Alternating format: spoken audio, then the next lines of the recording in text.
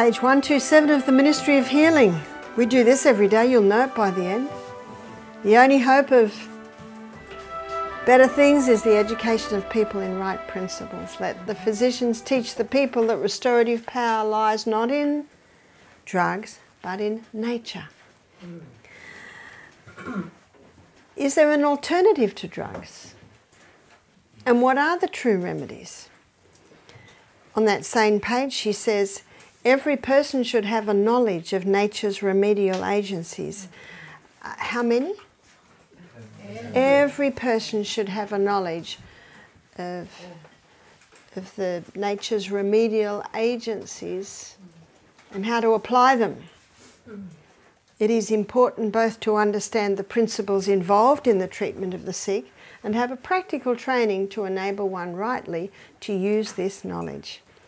When I'm giving lectures to the public, a biggest draw card is if you make the first lecture poultices, because you're not touching their knife and fork, you're not talking about the dangers of their coffee, and so this is a great way to draw people in. I call the poultice lecture almost the opening wedge.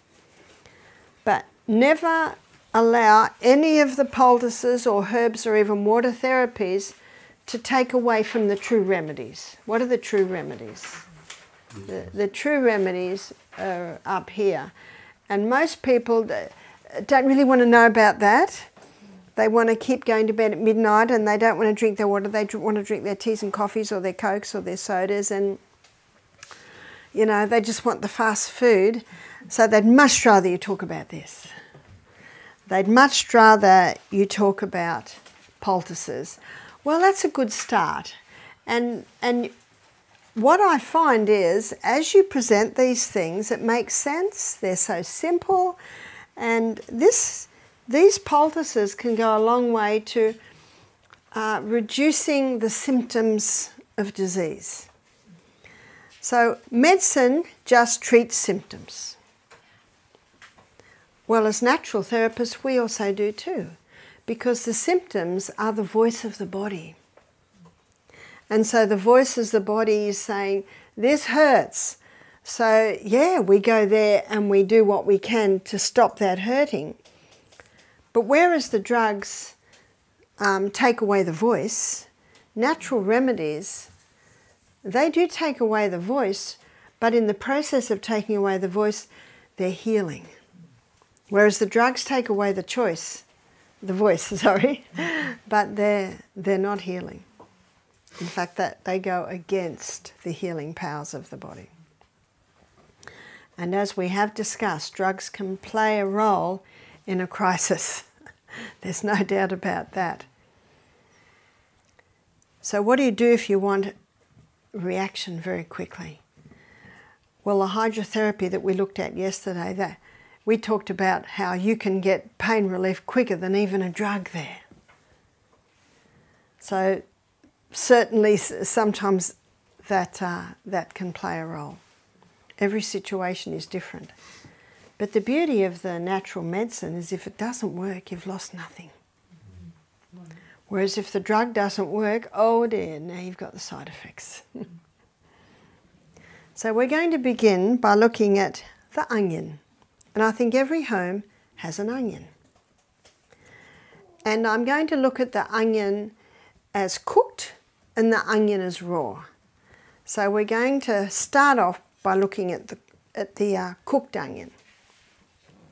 And the cooked onion is the best for an earache.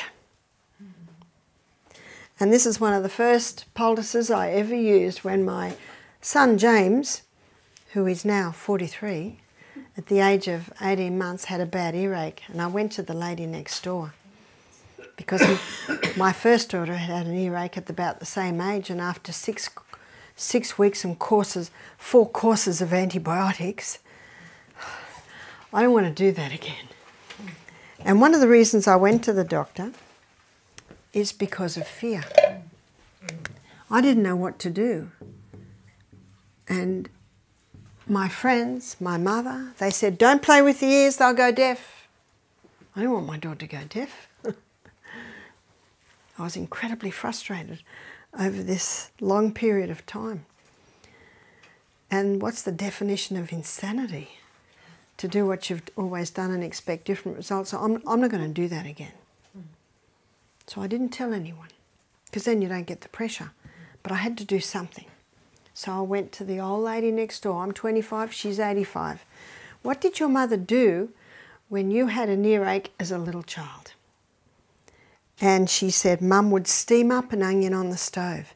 So I went home, I quickly steamed up an onion on the stove, and I cut it in half. And you cut in half across. So when you cut it in half, you're looking at the rings. So when I was in Scotland 3 weeks ago, well, it'll be about 2 weeks ago now, and I told you I had the fevers and the sore throats, and after 2 days the sore throat was almost gone and the fevers had subsided, and then I travelled. And it's not a good idea, and that's one of my terrible habits, of going into things too hard, too fast, too quick. I really have to give it time. I should have taken it easy until I was fully healed, but all the travelling, I got to Oban, and Oban is on the coast, and I had planned to go to the little island of Iona. Have you heard of the island of Iona? You heard of Columba? In about the 5th century, he and his students on the Isle of Iona, they were writing out by hand the New Testament. So I was keen to go there. And I also read a book a few years ago called Scottish Heroes. And I'd also read about Columba on the island of Iona. So I had booked this trip. By the time I got to the venue where I was going, the venue, the little house, I was staying in the attic of a house, a guest cottage. My throat was starting to get sorer and sorer, and it escalated very fast. And I was doing the K-in, I was doing everything I could, but it was so sore that I went to a restaurant to get some hot soup, because it was getting to the point where I couldn't even drink water. It was too painful. And they always give you a glass of water, but it had ice in it. Oh, I sucked on the ice. That was very, very nice. Never underestimate the value of ice. I'd suck on it and let it run down my throat. That was very nice. My throat was obviously very inflamed. I could eat the hot soup. And then I went and got into my little bed sitter, but it was on the right side and my ear started to ache. And over the next hour, my ear ached terribly, and I could see it escalating. What are you going to do? And I thought, do I go to a doctor? How do I go to a doctor? I'm Australian, this is Scotland. But what's the doctor going to do? Give me antibiotics. But I've got to do something. Onion. How am I going to cook onion? So I went into 2 fast food shops and I said, excuse me, could I buy some cooked onion? No, we only send raw onion. So I went back to the little restaurant and I found the staff there incredibly nice and helpful. And so I went in there and I said to a young man named Richard, he was about 32, I said, excuse me, I've got a very strange request. Could I buy a cooked onion? And he just looked at me. I said, I've got a very sore earache. I'm a tourist and I know that onion will bring me relief. Okay, he said, I'll go and ask the chef. And he came back and he said, do you have to leave the skin? I said, yes. He said, the chef's agreed. I said, I'll come back in half an hour. He said, why? I said, well, the onion has to cook, has to get soft. So I came back in half an hour, and by now it's really hurting. And the onion was 4 times the size of this. It was a big onion. And he had it in a little takeaway container. I said, thank you so much. He said, no charge. Oh, that was very nice. So I went back to my room. What are you going to do in your room? I haven't got anything to make a poultice, but I had a little face cloth and I cut it in half. I had a knife because when I travel, I usually do a lot of my own food in my room. And I wrapped it, and of course it was a lot bigger than this, but I needed something to keep it warm. And I hadn't used the waste paper bin yet, so I got the plastic bag out of there and I laid down and I wrapped it on my ear, and then on my throat, and then put it up there, and then I got a towel and folded it over and put it on and laid down in the bed. It was about 3 o'clock in the afternoon, and I dozed off to sleep. And then I woke up and it was still warm. If you can keep it warm, you can keep it there. So for people that don't want to use plastic, you could use wool. Yeah. Wool, you've got to insulate it, because if it gets cold, that will hurt the ear. Now the cooked onion is a drawer, and something you can do when the onion is cooked, you can squeeze it a little and put it into the ear. But I was by myself, and I was in a lot of pain, and that sounded too complicated. So I just did the onion on the ear. And I dozed, and I read for a while, and then I dozed for a little while. And after 3 hours, it was still a little bit warm, but I thought that's enough. And what it had done, it had taken, it was almost up to 10 out of 10, which is, you know, excruciating pain. And it brought it down to about a 7. See, we're so used to drugs that we want it to do just what the drug does. But because it brought it down to a 7, I could handle that. And the throat was a little bit better. And so I had a shower, and you can do the hot and colds in the shower, but the ear was too painful to even put cold near. And so I went to bed, and I went to bed at 8 o'clock, and I slept. And I slept all night, praise be to God. Remember, one of those true remedies, rest. And I woke up in the morning, and it was down to 5 out of 10. And I got my water bottle, I could drink. Oh, I said, praise be to God. And I got up and I went out for a walk, and I had my earmuffs on, you must keep it warm. And I felt quite good, and I came back and I had more water. I could even eat. I had crackers, avocado, fruit, nuts, that was my breakfast. And so I went to Iona. I went to Iona, and I enjoyed the day. I was a bit disappointed that the Catholics have got in there and put lots of Catholic signs and crosses. And anyway, I did enjoy it. And when I came back, I was very weary. I was very weary. One has to be careful as to not doing too much when you're recovering. But I could still drink, and the throat hadn't risen any worse. And so I just went home, went straight to bed. I went straight to bed about 8 o'clock, and I had a very nice sleep all night. Woke up in the morning, pain in my ear, gone. It was totally gone. So you see what it did? It went from 10 out of 10 down to 7 out of 10, down to 5, down to 4. And then after that good sleep, no more pain in my ear, and my throat was much better.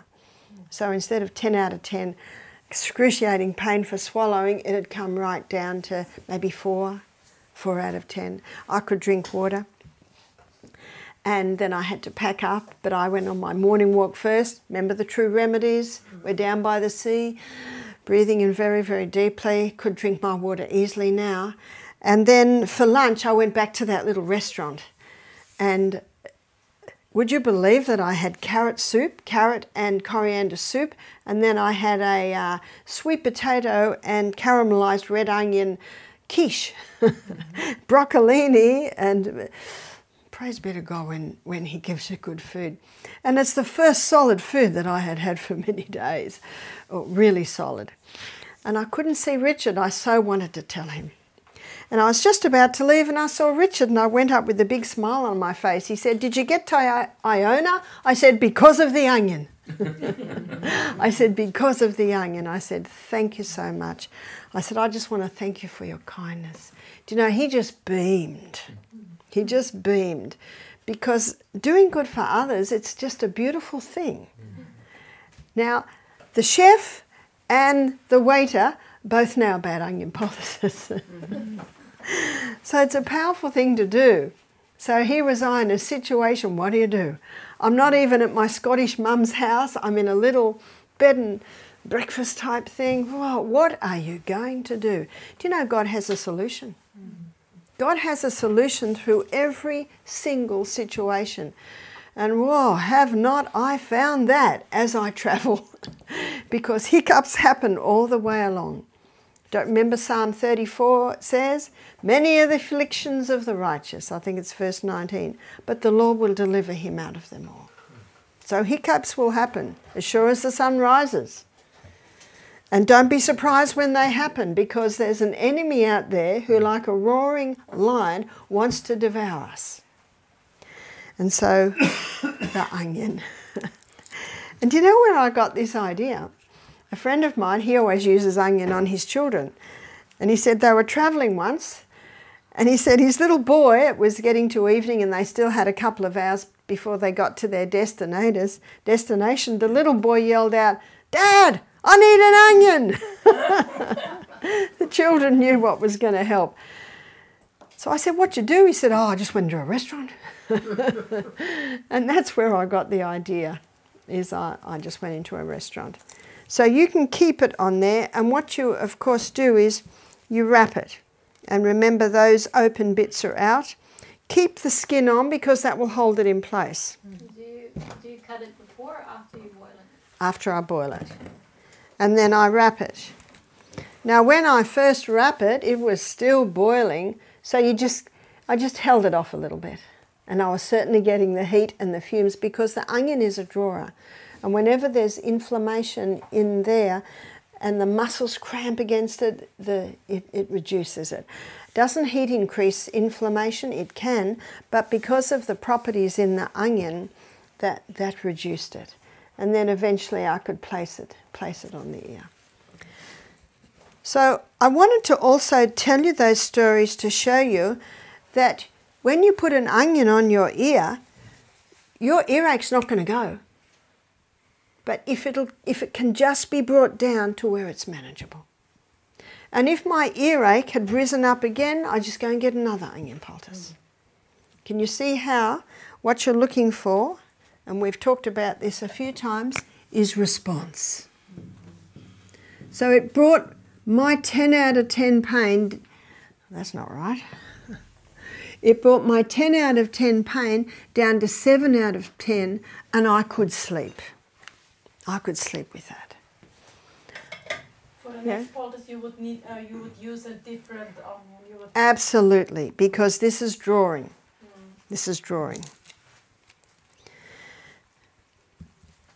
You can also use the cooked onion poultice for a boil.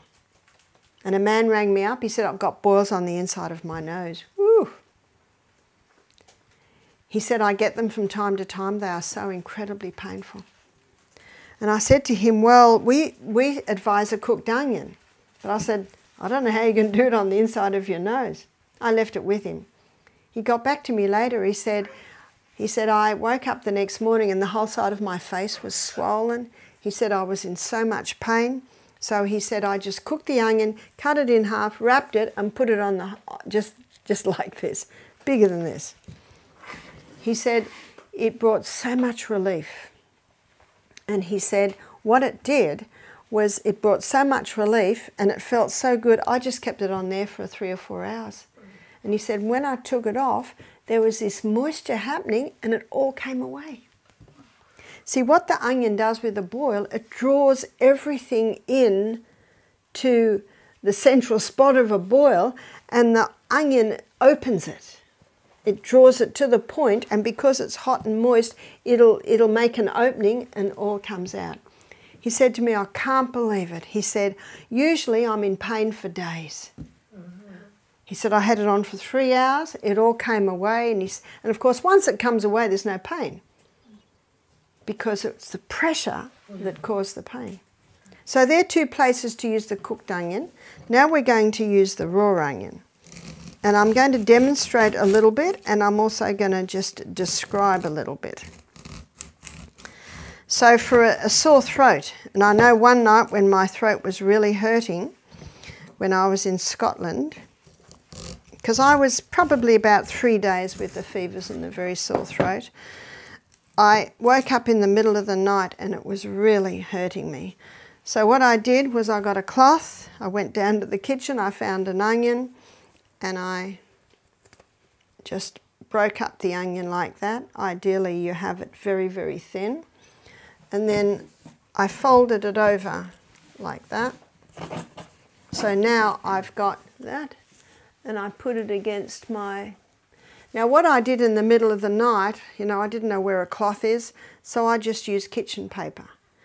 And you certainly can use kitchen paper, but in some of the poultices I'm going to show you, they're too wet and the kitchen paper can break and tear, and you don't want mess everywhere. So I put it on here, I put some cling wrap around that, and then I put a scarf on, and I went back to sleep.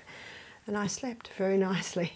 And again, that just takes the edge off. So when you're helping someone with this, don't say this is going to take your earache or your throat ache away. It's just going to take the edge off. It'll just take the edge off. And then you can basically just about live with it. And if you've had 10 out of 10 pain, 8 out of 10 pain is very nice. It's very nice compared to a 10 out of 10. So that's another thing you can use the raw onion for. I have a question. Yeah? Can it be that it burns you? I've never known it to burn. Because I mean it's not onion, but I did it with lemon, and I felt that it's itchy, and I didn't take it off, and I really burned myself. Yeah, and I know that you can burn with garlic, and we'll talk about that in a minute. But not with onion. No, I have not found so. Have not found so. So in this one, you can put the sliced onion on a tray, like this, and you can put it in a room that you've just painted. Has a strong paint smell. I got a new fridge about 2 years ago, and I didn't like, every time I opened the fridge, it was just this plasticky smell. So and in the freezer too, so I put this in the fridge and I put another one in the freezer overnight. And when I opened it in the morning, it did smell a little oniony, but once I'd taken the onion out, it didn't smell onion, and the bad smell had gone. You can do it with new cars too. Also, if you have a baby who's got a bit sniffly, you can lay this beside their bed so they're breathing the onion fumes in. Is it better to have slices than to have half? If you have slices, you've got a larger surface area, so you've got more onion fumes coming off. And you can also chop the onions into little squares and put them on the bottom of the feet. So how you can do this is you get 2 socks and chop the onion up into little squares and put half the onion in one sock and half the onion in another sock. And then put the sock, or the foot with the sock on it, in a plastic bag, because what that will do is it will prevent the foot from chilling because of the wet onion, and it'll also protect the sheets against the onion perhaps staining it. And I'm a washer lady. I love washing, and I don't like stained sheets. So the foot is touching the onion, and it will never hurt. I've never seen it burn. Yes? Why the raw onion for sore throat, and why not cooked onion for sore throat, and vice versa? That is true. That is true. The cooked onion goes very, very deep, and the heat really helps when you've got an earache. Whereas the onion, that cuts mucus. I think we all know when we chop an onion, you often start crying. So the raw onion's nice in there when you've got just topical respiratory. And so you've got an onion, cut it in half, chop it, put it into the 2 socks, then put the foot in the sock on top of the onion, and then wrap a plastic round and twist it. You could put the onion straight into plastic bags and put the feet on that and wrap it around, but I don't really like plastic touching the skin. And the juice will quickly go through to the sock to the bottom of the feet. Why would you do that? The feet are a reflex for abdomen, chest and head. And with this, you've got a relief of head cold and chest cold. And I saw the effect of this. I've seen it a few times. My little grandson was coughing, coughing, coughing. When my son dropped them off, the little boy had a bad cold and he coughed and he coughed. And so I went in and put the onion on the bottom of his feet and then put him back to bed. I think it was about 5, not one more cough. It's almost incredible. He coughed non-stop for an hour. I put the onion on the bottom of his feet and he didn't cough again.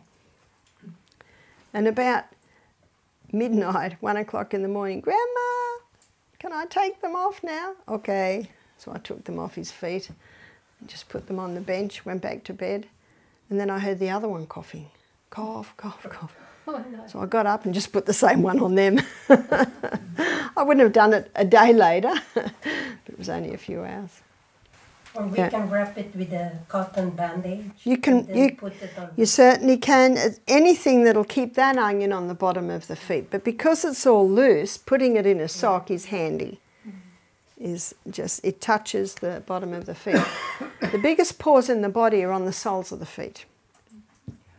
That's why I'm always cautious about what the soles of my feet touch.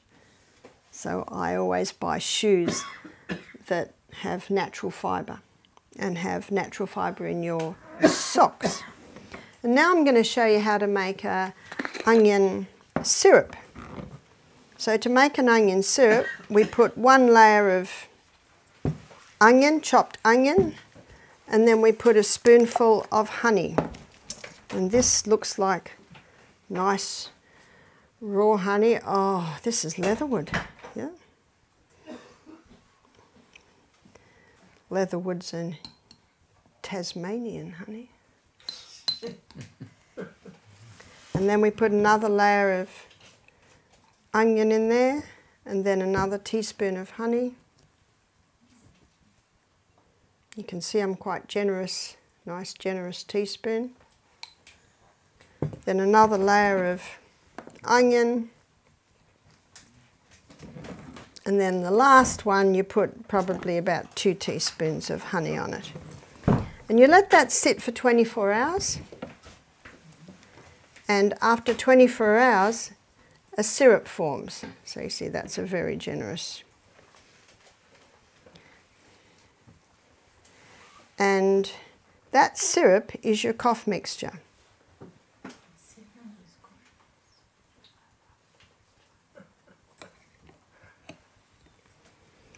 By the end of our demonstration today, the syrup will start forming.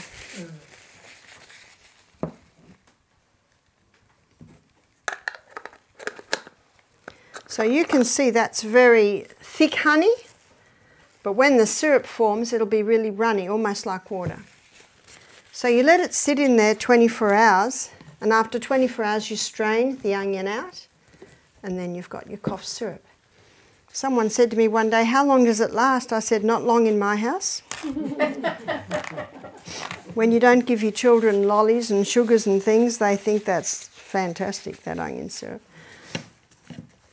So what's the dosage? The dosage is probably for an adult, 1 teaspoon 3 times a day. For a child, you might do half a teaspoon 3 times a day.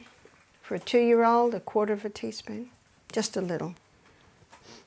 I'd say to my little ones, if you sit still and let Mum do hot and colds or wrap this poultice on you, when I've finished you can have a teaspoon of onion syrup.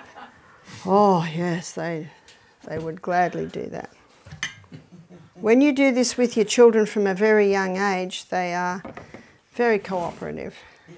And when children are sick, they love being wrapped up.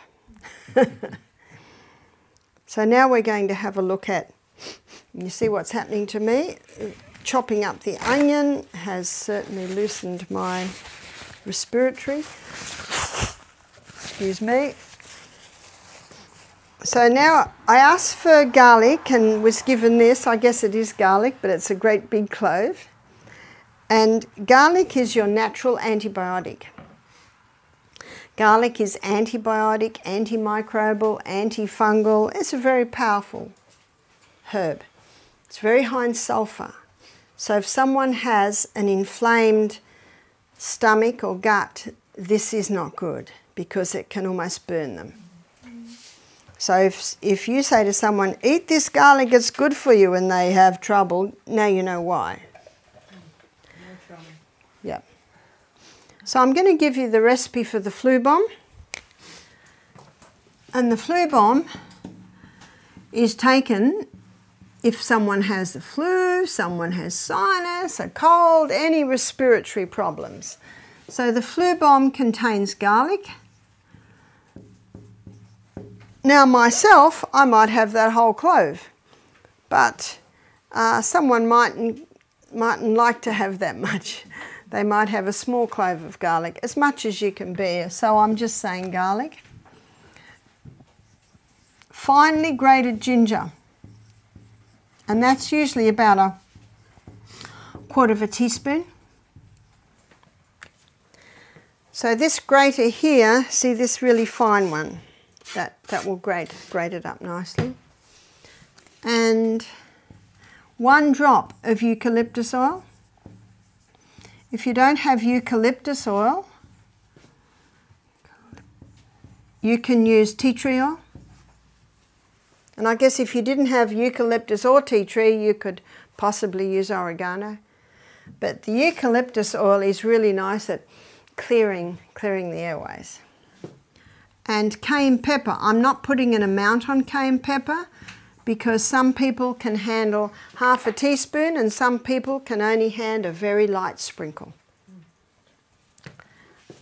The juice of a lemon and 1 teaspoon of honey.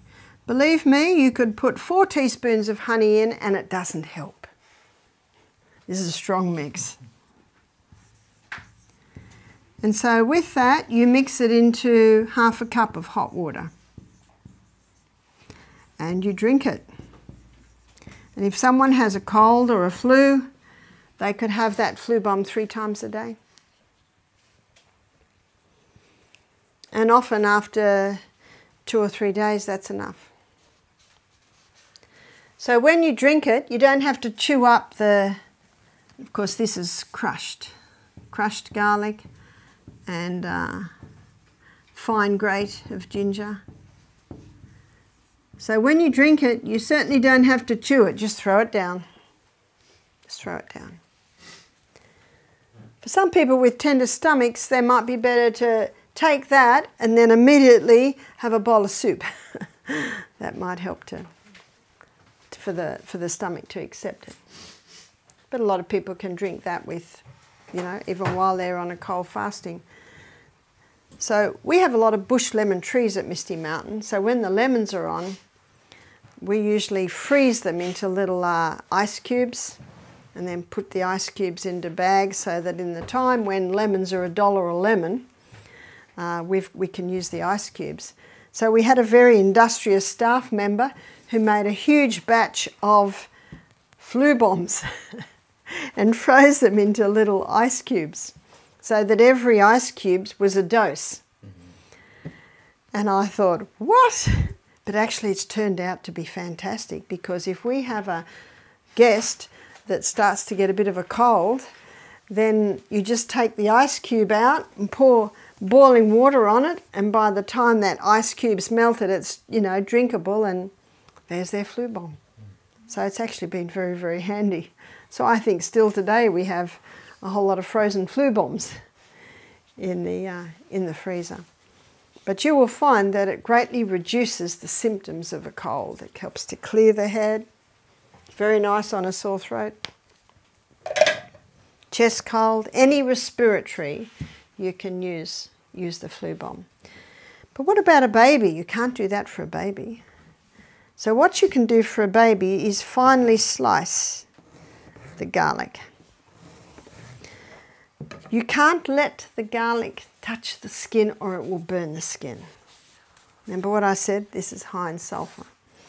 And so I have done this many times with my babies and my grandbabies, is you get a cloth like that and you put a couple of layers of finely sliced garlic on the cloth, and then you wrap it onto the bottom of the feet like that. So that will never burn as long as there's a cloth between the garlic and the skin. And if it's a little baby, you just put the little booty on. You can smell it on their breath in about in a few minutes. Now I remember after I'd given demos like this at our little local church, this is many years ago when my children were still at home, a lady came into church with her baby, and as soon as she walked in, we all knew the baby had garlic on the feet because we could smell it. But my son James, he often used to get chest colds, so I would wrap the garlic on his feet like this and put a sock on and put the shoe on and send him off to play, and every step he's taking, what's happening? He's squishing that garlic, and a little bit more's going, and a little bit more's going in. At the end of the day, when I gave him his bath and I unwrapped him, the garlic looked like pieces of dried out leather. There's not a drop left.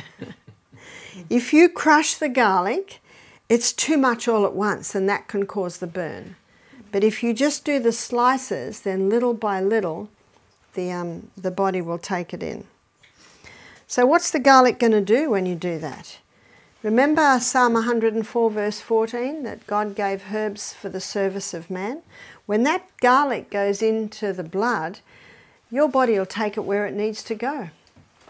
And it's very good on respiratory. And so often it'll help to clear the chest.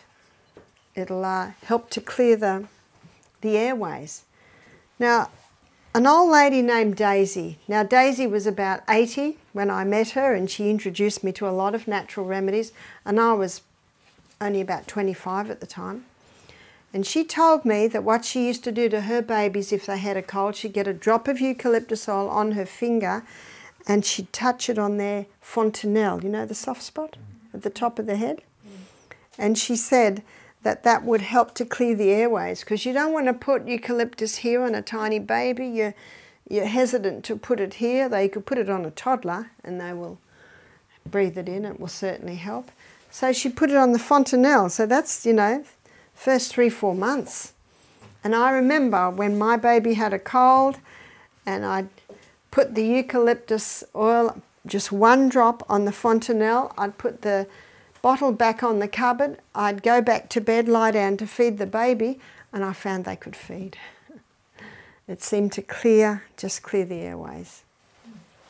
And the garlic for the baby, you'd rather do that for the baby than the onion? You could do either. You could do one night and the other night. And you can see what it does. But the garlic's definitely a lot stronger. And what I found with the onion, it just seems to stop the night cough. You almost have to do it to believe it. It seems too good to be true, but I've seen it happen so many times. I've seen it happen with my grandbabies, seen it happen with... Well, I didn't know that one when my babies were little. I knew the garlic, but I didn't know the onion. Now we're going to look at ginger. Ginger as a herb is well known for its anti-nausea effect. And if you go to the health food shop and get seasickness or car sickness tablets, it's just compressed ginger. So ginger tea can be great for a mother that has, say, morning sickness. It just can help take the edge off morning sickness or nausea. It can also help if you've got an upset stomach to sip on ginger tea. And it can also help to boost hydrochloric acid. We've looked this week a little bit at boosting that hydrochloric acid. And so the ginger tea can certainly do that. Internally, it can be taken, again, for nausea, but it also helps to reduce inflammation. And, of course, it's used in the flu bomb.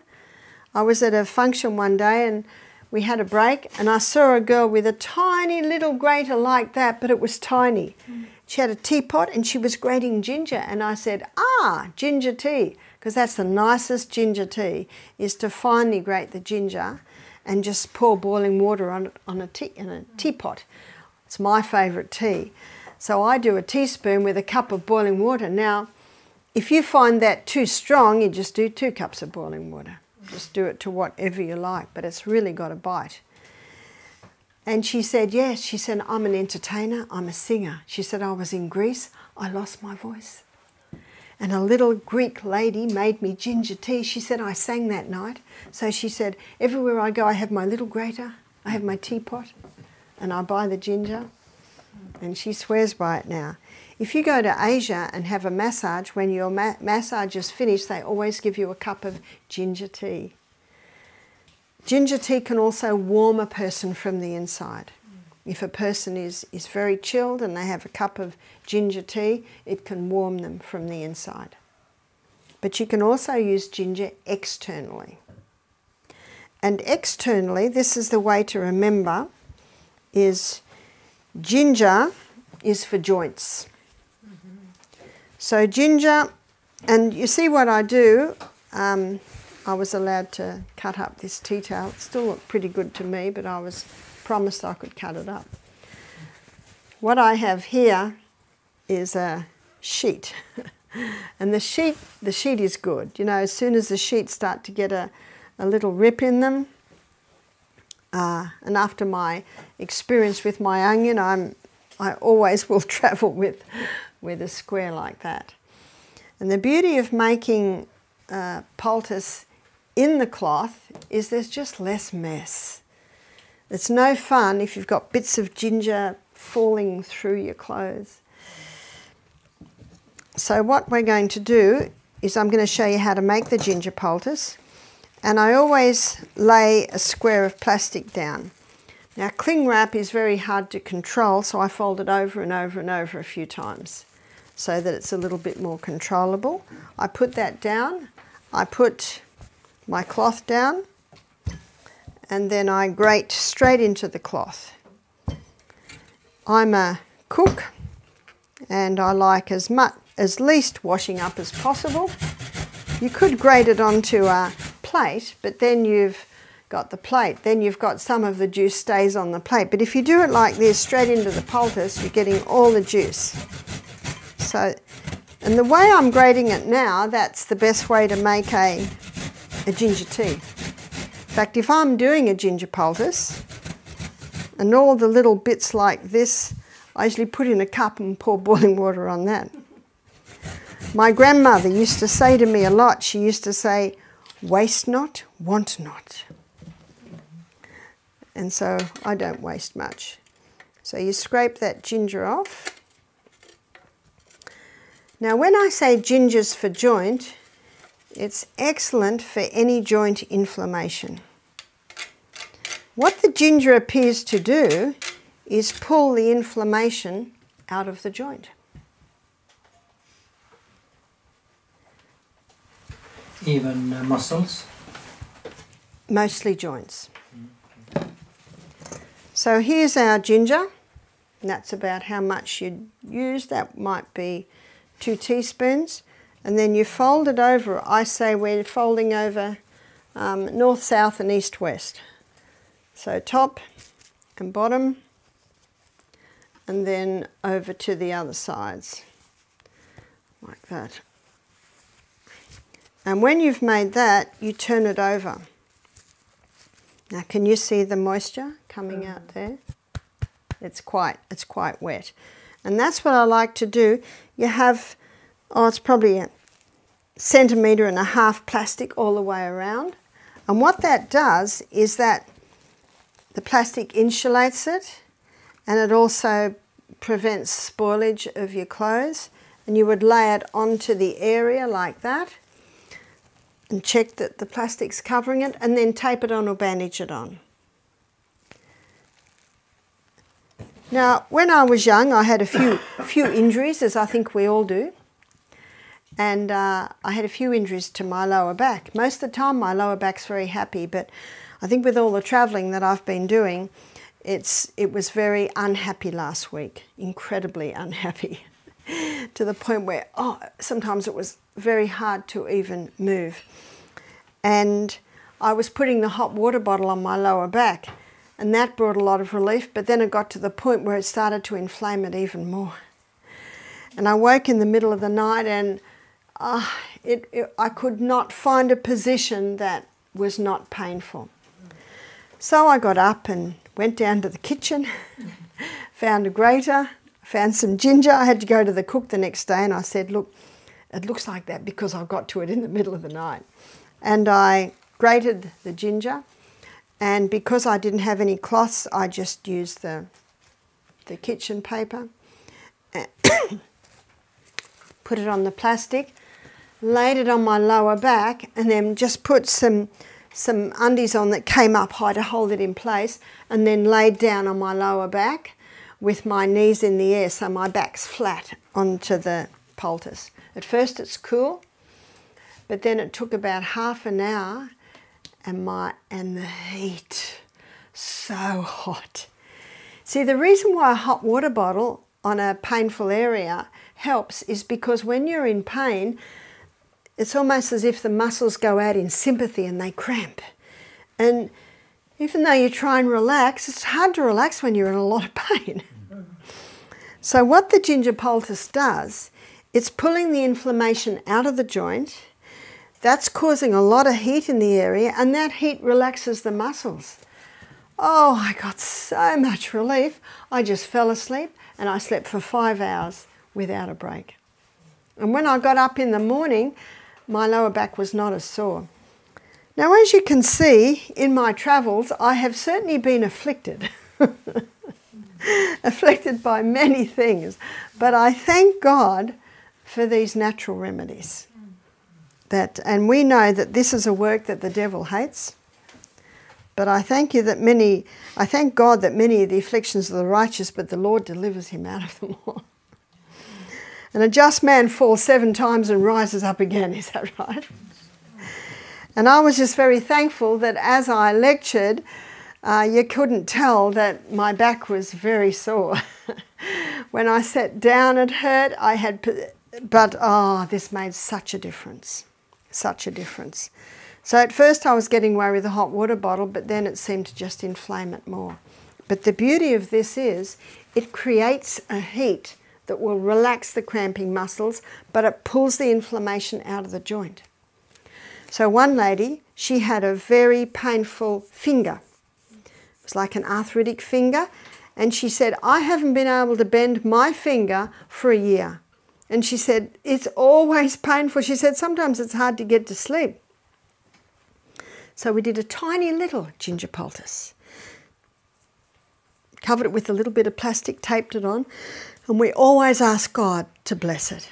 Because, you know, there are many methods of healing, but there's only one that God approves of. And that's the method that works with the healing powers of the body and uses the herbs that he's given for the service of men. The next morning, the lady came running in with this big smile. She said, look, one night of a ginger poultice. It had just taken the inflammation out enough for her to be able to bend her finger. And I have many stories. We could be here till midnight with the stories that I have. But when you start doing this, you will have stories. And your story is the most powerful one, yes? So with the ginger, where does the inflammation go? And how can we get it out completely from the body? The inflammation appears to go into the poultice. Because the heat, now if you can put this ginger poultice on an area that's not inflamed and there'll be no heat. The heat only seems to, and that's why I have just come to the conclusion that it's pulling the inflammation out of the joint to the skin. And one lady said to me, Barbara, the poultice is getting so hot. I said, well, if it's too hot to bear, just take it off, because even if it's on for half an hour, it seems to have an effect. And one lady saw my lecture on YouTube and she put it on her knee. And she was so excited. It got really hot. And after about 3 hours, when she took it off, she could move her knee and it wasn't near as painful. It wasn't totally gone. So she put another one on. She actually put one on in the morning, another one on in the afternoon, had her shower, was so excited she put another one on overnight. And when she woke up in the morning, all the tissues were swollen and there were little blisters on the skin. And she emailed me, she said, what have I done? And I laughed, I said, you've just overdone it. It pulled too much inflammation out to the point that it irritated the skin. She said, what will I do now? Potato. Oops, can't find my potato. Did we get a potato? We'll get a potato. A potato poultice reduces the inflammation of the tissues, whereas this reduces the inflammation in the joint. And I said to her, you probably won't be able to do a ginger poultice, for about 4 or 5 days till that recovers. So when someone wants to do a ginger poultice on an inflamed joint, I usually say, just do it for 2 hours in the afternoon. And if you just do it for 2 hours in the afternoon, it'll get the inflammation down enough so you can sleep. And then don't do it again till maybe 2 hours the next afternoon. And what one lady said, the first ginger poultice was so hot. But she said the second one wasn't so hot. And I said, isn't that interesting? So it pulled out a lot in the first, and maybe there's not as much to pull out in the second. So the question, what do you do to prevent that inflammation? We'll be looking at the acid-alkaline balance in the body on Sunday afternoon, where I'll be showing you that an alkaline diet reduces the acidity in the body. So these are things to note when you're making up your program for people with arthritis. Yeah? I was wondering, could fresh turmeric also have a similar function because it helps with the pain? That is true. Fresh turmeric internally has more of an effect reducing inflammation than fresh or dried ginger internally. So that is interesting. We have found that taking turmeric internally greatly reduces the inflammation much more than taking the ginger internally. But on the other hand, applying the poultice, we find the ginger more effective. And how did I find that out? Just by doing it. Just by doing it. So this is where you play with it and you're watching your body's response. Your body's response will teach you, thank you. Your body's response is your guide. And the people you are helping, their response is your guide.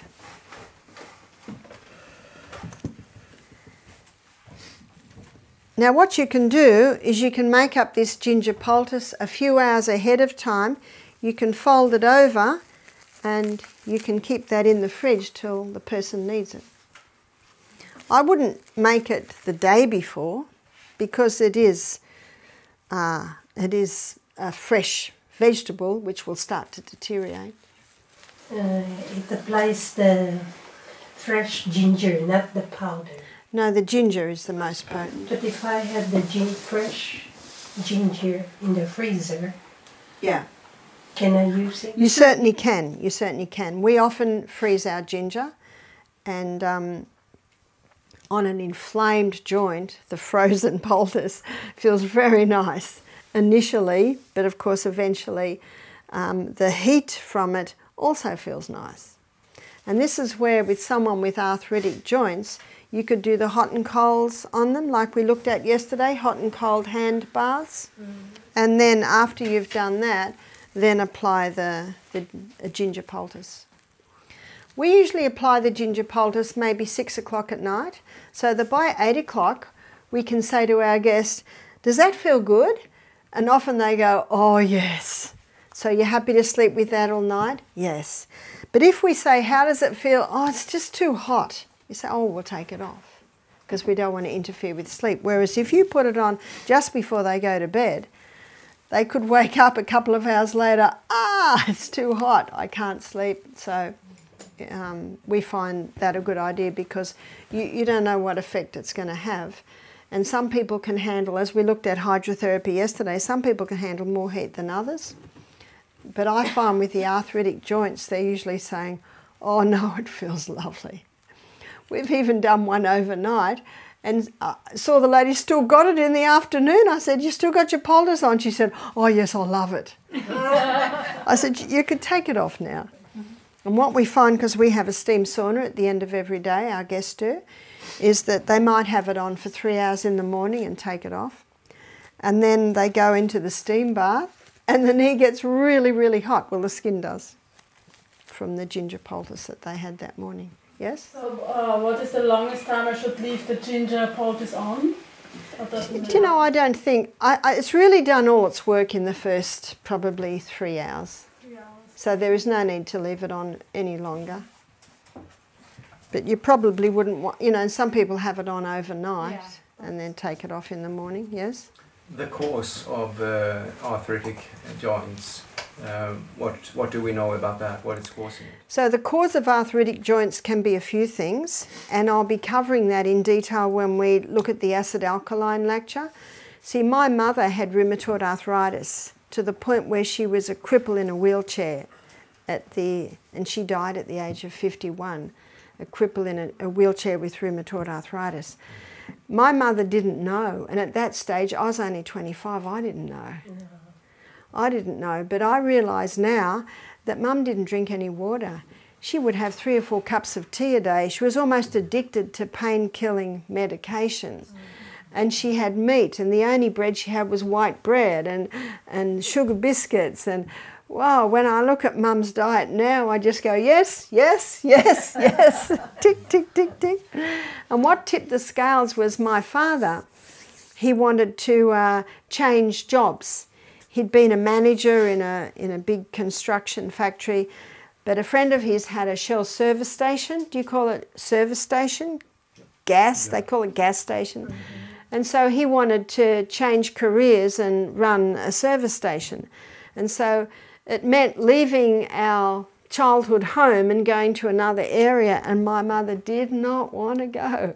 But she went. And my father said within 6 months of moving into the new house, she started to get pains. And within another few months, she was bedridden or wheelchair ridden. So I guess that, you know, dear old Mum. So looking at some of the factors that came together, I think there was also an emotional factor there. And I have strong inherited genes towards rheumatoid arthritis.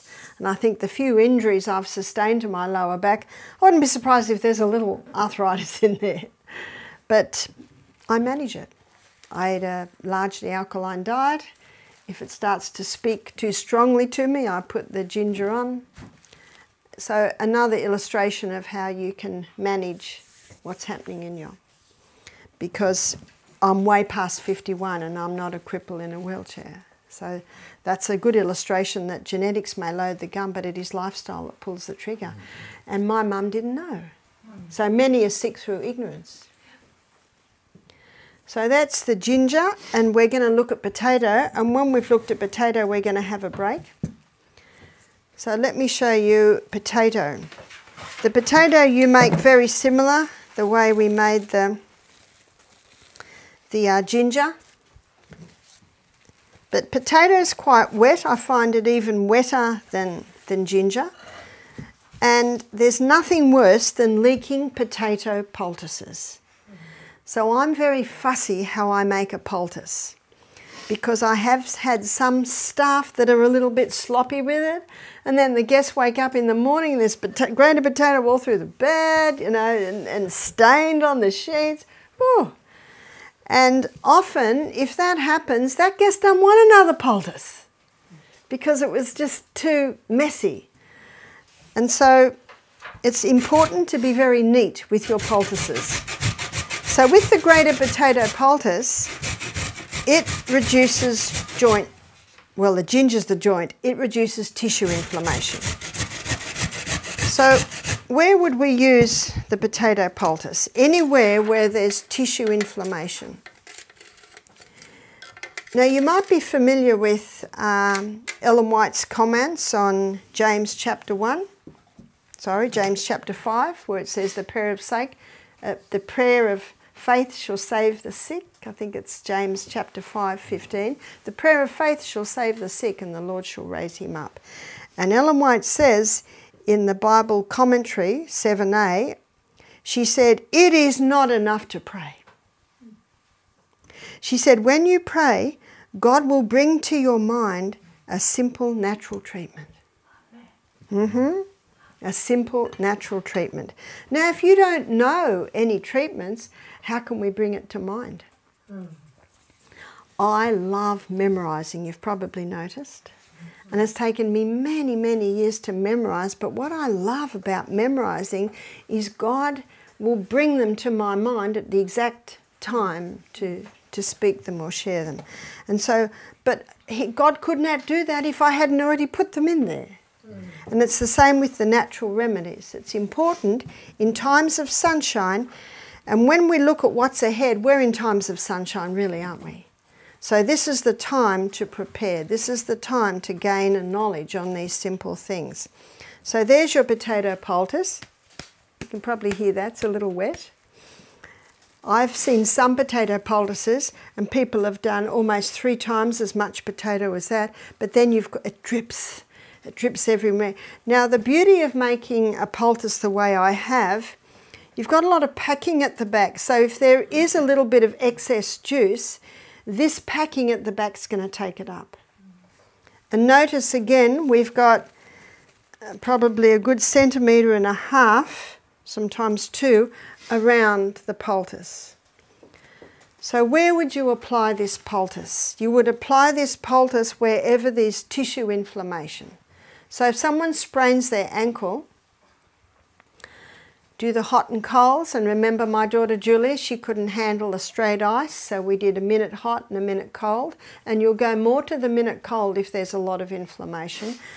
And then one time we did the potato and another time we did cabbage. And when you use cabbage, you've got to pulverise the leaves so they're soft. Or you could dip the leaf in boiling water and wrap it around the leg. So cabbage and potato are very similar in their effect, and it'll reduce the inflammation. Ingrown toenails are fantastic for hot and colds, ingrown toenail, then grated potato.